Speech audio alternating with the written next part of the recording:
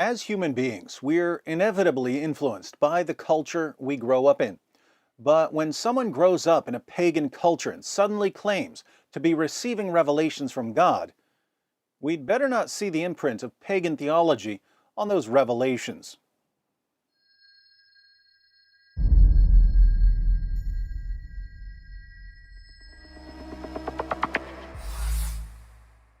During the time of the judges and the kings of ancient Israel, the Jews often turned to pagan gods and pagan forms of worship.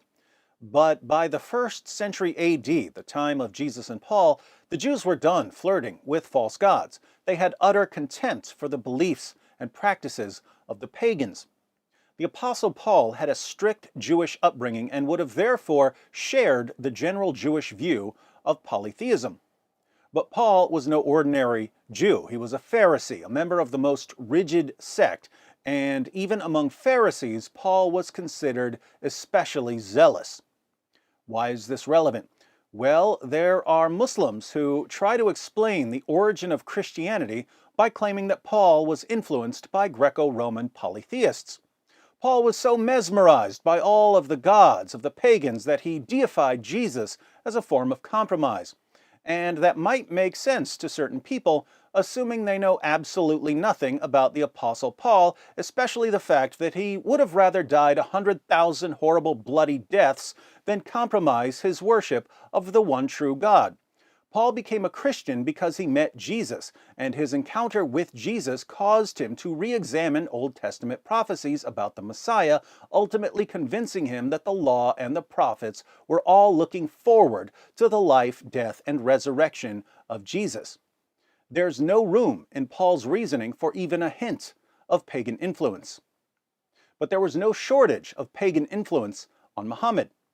For instance, one of the 5 pillars of Islam is the Hajj, the annual pilgrimage to Mecca, which is saturated with paganism and idolatry. Before Muhammad conquered Mecca, the pagans would take a pilgrimage to Mecca, where they would visit the Kaaba and walk around it 7 times.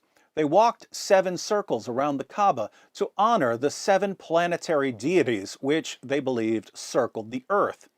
They would kiss the black stone, one of the many stones in the ancient Near East that received worship. They would run back and forth between the hills of Safa and Marwa. Remind me, what do Muslims do when they take the pilgrimage to Mecca? They visit the Kaaba and walk around it 7 times, just like the pagans did. They kiss the black stone, just like the pagans did. They run back and forth between the hills of Safa and Marwa, just like the pagans did. But let me guess, if it looks like paganism, and walks like paganism, and talks like paganism, it must be pure monotheism in disguise, right?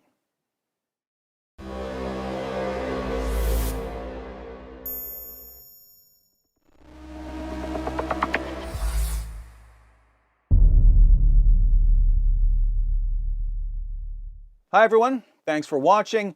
In case you stumbled upon this video while browsing or searching, I wanted to let you know that it's part of a series comparing Paul and Muhammad. So if you'd like to see the full series, be sure to click on the playlist.